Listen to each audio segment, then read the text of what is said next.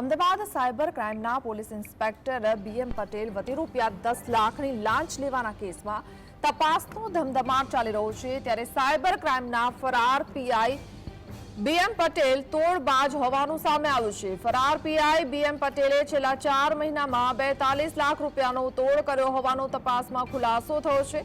શહેરના Thaltej cyber crime દ્વારા IPL દરમિયાન ક્રિકેટ સટ્ટાનો ગુનો નોંધવામાં આવ્યો હતો, જે કેસની તપાસ પોલીસ ઇન્સ્પેક્ટર બીએમ પટેલને સોંપવામાં આવી હતી। આ કેસની તપાસ ઝડપથી પૂર્ણ કરીને ચાર્જશીટ કરવા માટે આરોપીઓ દ્વારા રજૂઆત કરવામાં આવી હતી, જે સંદર્ભમાં પીઆઈ બીએમ પટેલે ₹10 લાખથી વધારેની રકમની માંગણી કરી હતી।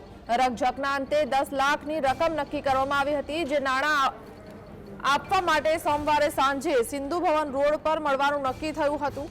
આ અંગે સટ્ટા કેસના આરોપીએ એસીબીમાં જાણ કરી હતી, જેના આધારે એસીબીના ઉચ્ચ અધિકારીઓની ટીમને તૈનાત કરવામાં આવી હતી।